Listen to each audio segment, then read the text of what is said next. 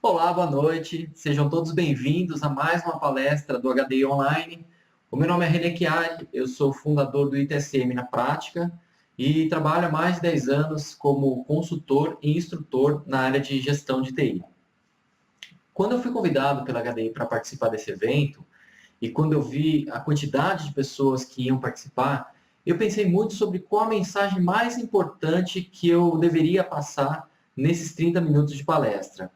E aí eu fiquei pensando em falar sobre certificações, pensei em falar sobre como criar um catálogo de serviços, eu pensei em falar sobre como definir um SLA, mas aí o que acontece? Olhando todas as outras palestras que iam ter, aos 47 do segundo tempo, eu decidi criar uma apresentação que pudesse, de alguma maneira, não só gerar um conhecimento técnico, mas que pudesse causar uma reflexão sobre o fator determinante para o sucesso ou para o fracasso das iniciativas em ITSM.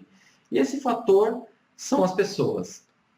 O que eu tenho visto por aí, né, durante esses projetos, essa minha trajetória? Como eu comentei, eu já trabalhei em diversos projetos de consultoria, eu já troquei muita figurinha com outros instrutores, outros profissionais que estão diretamente envolvidos aí com gestão de TI, e eu também li muito material a respeito do motivo pelo qual a maioria das iniciativas em anti-SM acabam falhando. Eu já tinha aí uma percepção inicial tinha um relacionamento direto desse sucesso ou falha dessas iniciativas com a questão das pessoas, seja por um motivo de cultura organizacional ou por atitudes e comportamentos individuais que acabavam contaminando a todos, né? E depois de pesquisar muito sobre isso, eu cheguei em um livro chamado ABC of ICT.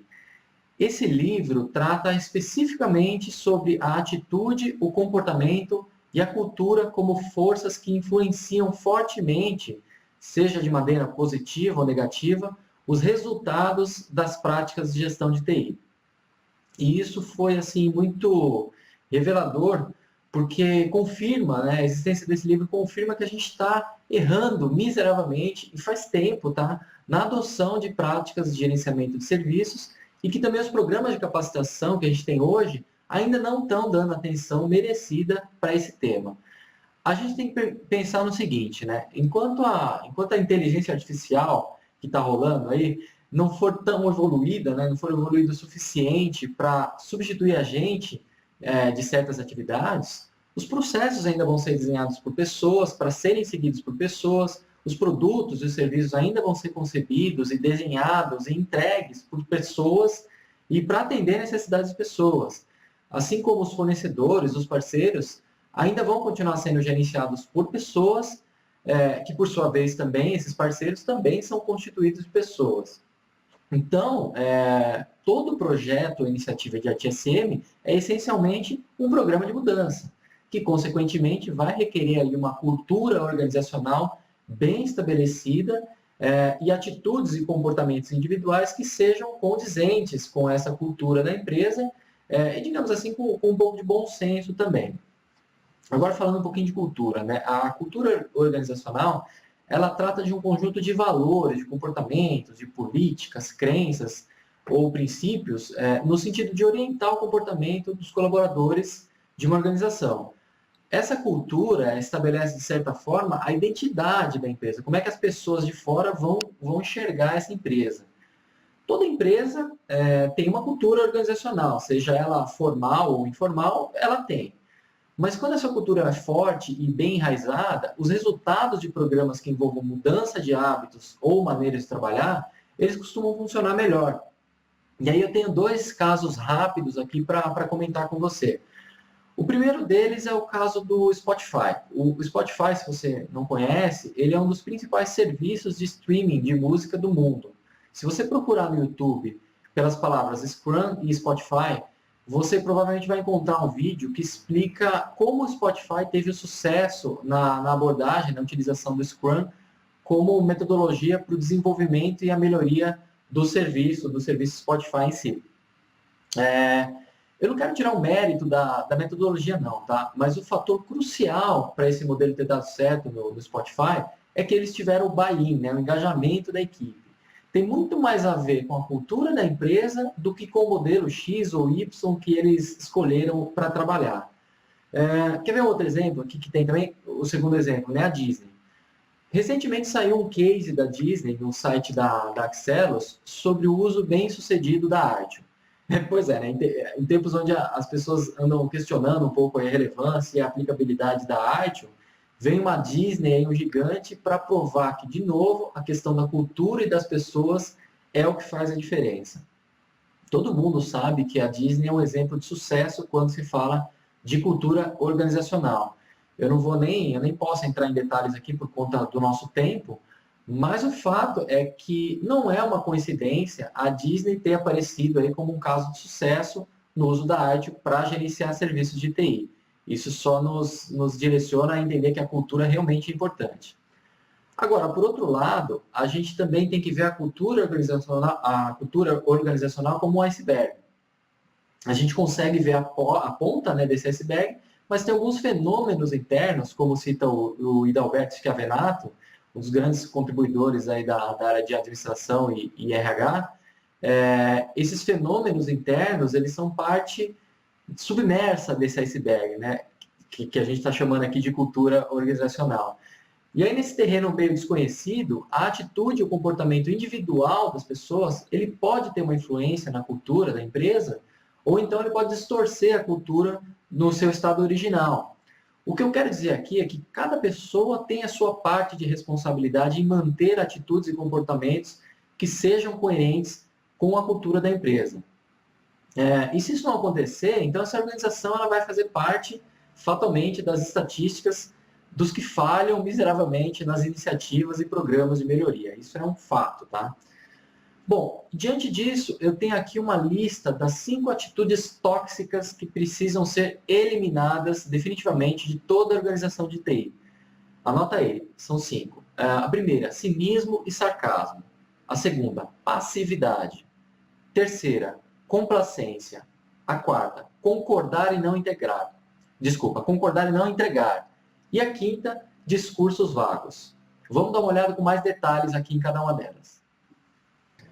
Então, vamos falar rapidamente aqui sobre o que é esse tipo de atividade de cinismo e sarcasmo. Então, é aquele tipo de atitude de negatividade, de desdém, né? Um pouco mais de enfadonho, né? Que demonstra especialmente aí uma desconfiança geral sobre a integridade ou de algo que alguma outra pessoa comentou, né? O cinismo, como a gente percebe no dia a dia, ele pode surgir aí como resultado da desconfiança sobre alguma coisa. Desconfiança das intenções ou as capacidades de um gerente, de um gestor, a desconfiança de uma iniciativa de melhoria, se ela vai ter sucesso. Já o sarcasmo, ele já é aquele tipo de ironia mais provocativo, né? Aquele quase como um insulto. Vou dar alguns exemplos aqui, né? Por exemplo, o pessoal que está numa reunião com o gestor está lá falando sobre a importância da arte e de repente ele sai da reunião rapidamente para ir para uma outra reunião, como se tivesse uma reunião mais importante. E aí alguém lá do grupinho fala, isso aí que é o compromisso da gestão. Então isso tem um pouco de sarcasmo, um pouco de cinismo, né? Um outro exemplo aqui é uma reunião de trabalho com um consultor, por exemplo, e aí a equipe que contratou esse consultor, enquanto ele estava falando sobre a importância ou a necessidade da adoção de novos processos, alguém fala lá, isso aí foi o que o último consultor que a gente expulsou daqui comentou. É um outro tipo de atitude com um certo cinismo, um pouco de sarcasmo, né? Então, assim, o cinismo, ele até pode ter um efeito produtivo, tá? A gente chama isso de cinismo profissional, que em determinadas ocasiões, quando ele é aplicado em alguns casos específicos, ele até pode estimular as pessoas a ficarem mais afiadas, mais críticas, né? Ter um pouco mais de autocrítica. Mas, em geral, o cinismo assim, é uma indicação de que as pessoas não foram levadas a sério e foram ignoradas. Então, essas pessoas começam a ficar um pouco mais cínicas, né? O problema é o cinismo e o sarcasmo, quando eles aplicados de uma maneira muito contínua, eles podem trazer um efeito adverso, né? Ele pode deixar de ser esse cinismo profissional e ele pode causar que pode fazer com que as pessoas não sejam mais questionadas e que passem a ser ignoradas ou deixadas lá de canto. A pessoa que pratica isso com muita frequência. Por isso que não é tão legal. Por outro lado, esse mesmo cinismo, esse mesmo tipo de atitude, ele pode também afetar a moral dos outros membros da equipe, que de repente tinham uma opinião, não tinham, aliás, uma opinião tão formada, e por conta desse tipo de atitude, eles começam a se sentir mais frustrados, começam a não engajar tanto quanto poderiam por conta desse tipo de comentário. Eles podem ser influenciados negativamente, né? E aí, como resultado, também podem ter esse mesmo tipo de atitude negativa, fazendo aí com que os projetos desmoronem aí a curto prazo, né? Ou que levem mais tempo para serem concluídos, ou que custem mais, ou que simplesmente falham, né? E aí tem um caso mais preocupante aí de cinismo, que é quando esse cinismo, esse sarcasmo, parte de um líder, né? De uma pessoa respeitada, de uma autoridade no ambiente de trabalho. Quando essa pessoa demonstra esse tipo de atitude, ela automaticamente vai causar um impacto forte e negativo sobre as pessoas que se sentem influenciadas por essa pessoa. Então, isso é para líderes, para gestores, isso é particularmente muito tóxico, tá? Então, evitem isso ao máximo. Bom, e como é que a gente aborda isso, né? Como é que a gente lida com esse tipo de atitude? A primeira coisa é identificar os sinais de cinismo, né? Onde é que isso está acontecendo?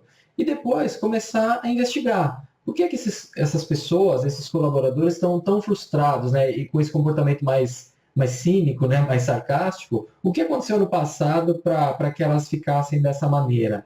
Essas pessoas têm uma sensação de urgência para uma mudança que está para acontecer? Elas entenderam a razão e a necessidade dessa mudança? Qual que é o sentimento com relação à gestão e à liderança na organização? Será que os líderes são respeitados? Ou será que eles deram alguns motivos para não serem respeitados? Qual que é a história dos programas anteriores de mudança, né? Qual foi a atitude em programas anteriores? Ou será que teve alguma coisa ruim lá no passado e por isso que agora as pessoas não estão tão confiantes? Será que essas pessoas entenderam que a mudança vai significar algo positivo para elas? Elas entenderam, se sentiram parte disso, né? E como essa mudança está sendo comunicada? Essas pessoas foram envolvidas, teve um diálogo, elas tiveram a oportunidade de dar opinião, de dar feedback, de contribuírem com essa iniciativa. Tem um canal para essas pessoas colocarem suas críticas, sejam elas positivas ou negativas. E o que é feito com esse feedback, né? Depois que se existe um canal, o que é feito? Ele é tratado ou ele é engavetado lá só para inglês ver, né? Como que é realmente tratado esse tipo de feedback? Então você pode organizar eventos, reuniões, workshops para fazer a captura, né, e estruturar o feedback dessas pessoas. Tem que deixar claro e acordado qual que é o tipo de atitude que deve se esperar de todo mundo. E por fim tentar convencer principalmente, excepcionalmente os líderes a mostrar um comportamento desejável. Bom, agora falando de um outro tipo de atitude aqui, que é a passividade. O que é passividade? É você receber ou ser submetido, a pessoa, né? Receber ou ser submetida a uma ação sem responder ou sem iniciar uma ação em troca. Então é a mesma coisa que você ouvir alguém falar alguma coisa e entrar por um ouvido e sair por outro. Para você não importa aquela sugestão, aquela opinião, você não está nem aí. Eu vou dar um exemplo aqui, um exemplo clássico. Um consultor, por exemplo, que apresenta um novo modelo, uma nova abordagem de trabalho para um grupo de colaboradores que vão precisar seguir essa nova abordagem. Então, ele faz um workshop no sentido de pegar o engajamento, de deixar claro as pessoas conscientizadas de como isso vai funcionar. E aí, no final desse workshop, o consultor pergunta, olha, pessoal, vocês estão de acordo? É isso aqui mesmo? Vocês têm alguma crítica para fazer?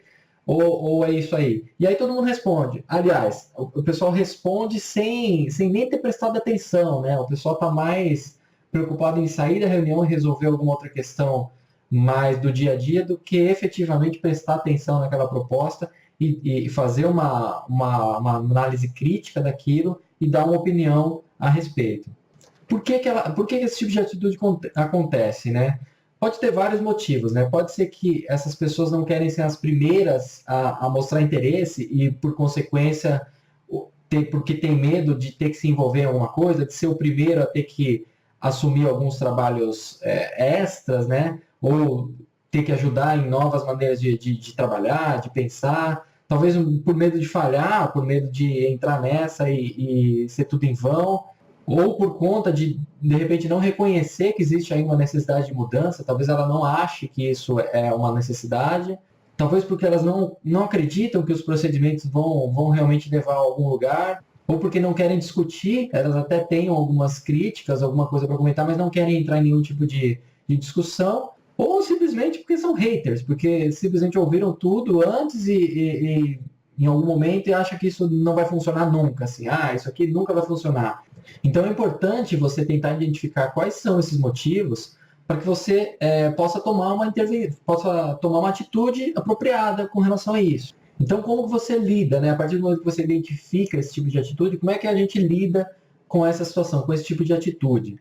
Dar aos colaboradores uma tarefa claramente definida. Tem que ser muito específico, né? Verificar se eles compreenderam essa tarefa específica, pedir para que eles comprometam e planejem a tarefa, eles têm que ajudar a planejar essa tarefa, perguntar se eles têm todos os recursos e as informações necessárias para que eles possam concluir essa tarefa, perguntar se eles precisam de algum tipo de ajuda para serem capazes de concluir essa tarefa, treinar a pessoa na execução dessa tarefa, manter contato, né, manter o update sobre o progresso, verificar se existe uma questão nova e se essa tarefa permanece clara, né, de acordo com alguma novidade que possa acontecer, manter contato direto com essas pessoas que estão envolvidas nessas tarefas para ver se eles conseguiram cumprir as metas acordadas, considerar a opção de atribuir uma tarefa para uma outra pessoa, caso o dono original dessa tarefa não possa concluir, atribuir essas tarefas para quem de fato, né, na medida do possível, atribuir essas tarefas para quem de fato seja capaz de concluir, e por fim, dar a segurança, né, de que essas pessoas vão ter o tempo e a oportunidade para trabalhar nessa tarefa, para trabalhar e realizar essa tarefa conforme foi acordado. Agora, uma outra atitude aqui também que é super tóxica, né, que é a complacência. A complacência é meio que um sentimento de contentamento ou autossatisfação com o seu próprio comportamento, ou com o próprio comportamento de uma equipe, né? A gente pode considerar aí como atitudes de complacência, olha, o gestor, né, o pessoal do Helpdesk, que afirma que o Helpdesk, né, está indo bem, funciona muito bem, quando na realidade tem aí 20, 30 queixas, né, 30 reclamações de usuários com relação ao atendimento. Ou então falar que o processo de gestão de disponibilidade já está maduro, funciona bem, sendo que a principal reclamação dos usuários é justamente a disponibilidade. Então, assim, a complacência, eu acho que ela é um pouco pior ainda do que a passividade, porque a complacência, assim, a pessoa sabe que existe algum problema, mas ela não quer admitir, ou ela não quer se esforçar para resolver. Então, isso é até um pouco mais irritante, essa situação, do que a passividade, porque as pessoas sabem que precisam mudar e não mudam. Então, isso é muito frustrante, né?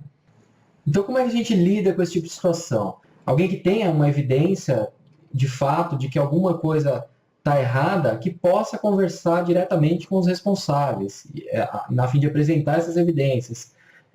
Garantir que as reclamações sejam direcionadas para um departamento responsável para tratar essas reclamações, por exemplo, como se fosse um ombudsman, né?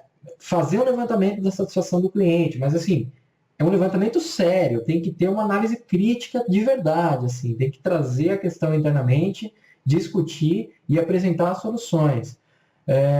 Tem que ter um canal, como eu já falei, um canal para que os clientes, os usuários, possam explicar uma situação que esteja saindo do controle e que eles não estão conseguindo ter um feedback razoável por parte dos canais tradicionais, aí entra também um canal de ombudsman, né? E que realmente isso seja lidado de uma maneira profissional, assim, que não tenham questões pessoais influenciando esse tipo de discussão. Por isso que a questão de apresentar fatos e dados, né, as decisões baseadas em dados, elas são melhores do que as decisões baseadas em fofoca, em opinião, em questões pessoais. Uma outra atitude aqui ruim, tóxica, é a de concordar e não fazer. Isso tem muito, principalmente na área de TI, né? O pessoal que vem o gestor lá e pede alguma coisa e o colaborador fala, ok, eu vou fazer, ou o próprio usuário que liga e fala, estou precisando disso, disso, disso, e aí o pessoal da TI acaba concordando, com medo de dizer não ao cliente, gerar algum tipo de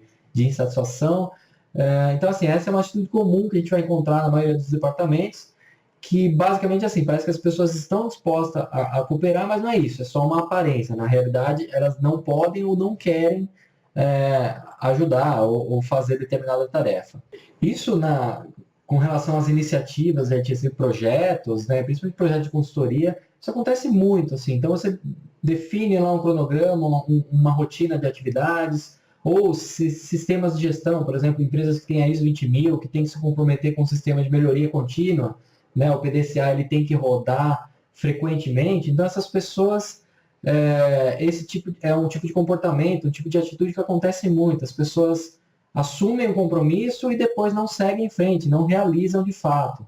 E isso é muito ruim, porque ele acaba não permitindo que haja um planejamento de carga de trabalho, de cronogramas, de prazos para serem entregues determinadas tarefas. Isso é horrível. Uma maneira de você lidar com isso seria também lidando com uma liderança focada em tarefas. Então, deixar muito claro quais são as tarefas, qual o objetivo dessas tarefas, como é que elas vão ser medidas, se elas são alcançáveis, se elas são realistas e se elas têm uma orientação a tempo. É o tal do SMART, né? Então, sempre que você for trabalhar com alguma demanda, procura ser o mais objetivo, o mais smart possível, para que o colaborador também tenha, né? Para quem está recebendo essa tarefa, ele tenha a oportunidade de fazer uma avaliação minuciosa dessa atividade, estabelecendo prazos, custo, recursos que ele vai usar e que ele possa te dar um feedback mais concreto com relação à execução daquela atividade, ou até mesmo se ele não vai poder concluir essa atividade.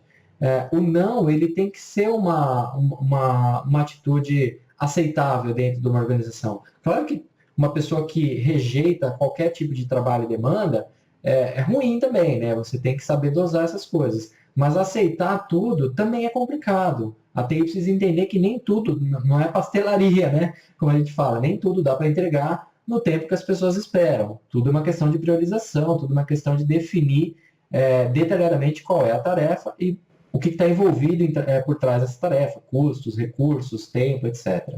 E por fim, acho que a última atitude tóxica que a gente precisa eliminar aí das áreas de TI é a questão dos discursos vagos, né? Então, isso acontece muito em reuniões de trabalho, né? O pessoal quer fazer a reunião de feedback, tem aquelas reuniões semanais, de departamentos. Então, no momento das pessoas colocarem no papel o que está pegando, a maioria fala, a gente está com problema de comunicação, o pessoal do segundo nível sabe, não passa as informações certas, a gente precisa de um formulário para o usuário definir bem o que ele quer. Então, assim, umas coisas um pouco vagas, né? E aí você acaba saindo daquela situação sem nenhuma solução palpável para resolver aquela situação. Então, esse é o tipo de atitude que também não é legal, que também é tóxica. Qual é a sacada para você abordar isso? Então, questionando, né? As pessoas que estão tendo esse tipo de atitude, elas precisam ser questionadas no sentido de, olha, o que você está exatamente querendo dizer com isso? Quem precisa fazer isso exatamente, na sua opinião? Seja mais específico. Quem e quando que aconteceu? Quando você fala de gestão, quem é exatamente que você está falando? Quando você diz suporte, qual é a área que você está falando? Quando você fala que existe uma falha de comunicação, qual que é exatamente a comunicação que você está se referindo? Quando você diz que é um problema no processo, qual é a atividade exata do processo que não está indo bem? Então você tem que ser mais específico. Muita gente tem medo de ser específico, com medo de citar nomes ou departamentos, a ponto de não querer criar nenhum atrito ou nenhum chateamento com relação à pessoa que está sendo citada.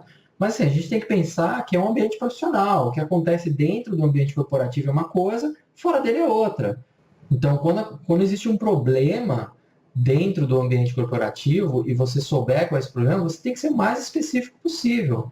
E as pessoas precisam entender, precisam se conscientizar de que isso é uma atividade normal e uma atividade construtiva, não é querendo queimar as pessoas, não, é no sentido de melhorar mesmo, entendeu? Bom, diante de tudo que a gente falou, resumo da ópera, né? Como é que a gente lida com essas atitudes tóxicas? O fato é que as pessoas precisam ser conscientizadas.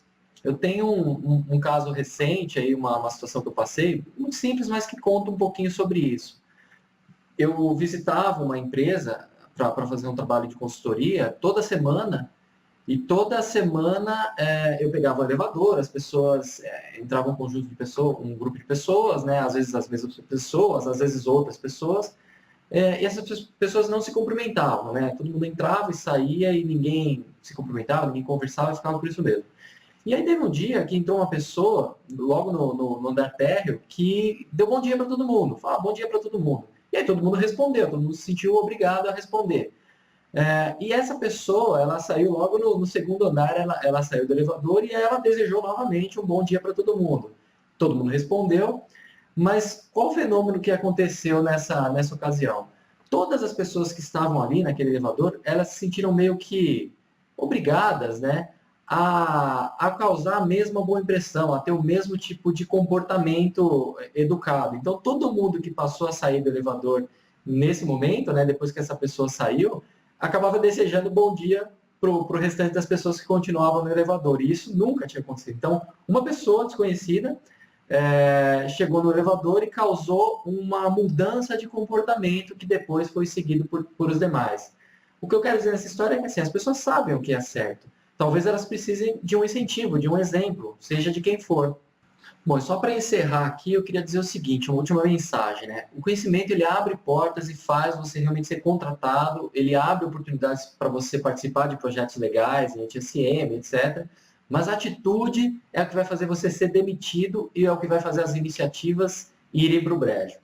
A mudança começa com você, não importa aí que os outros não tenham a mesma mentalidade, você pode ser o agente dessa mudança. Como a gente viu no exemplo do elevador, um exemplo bobo, mas é um exemplo.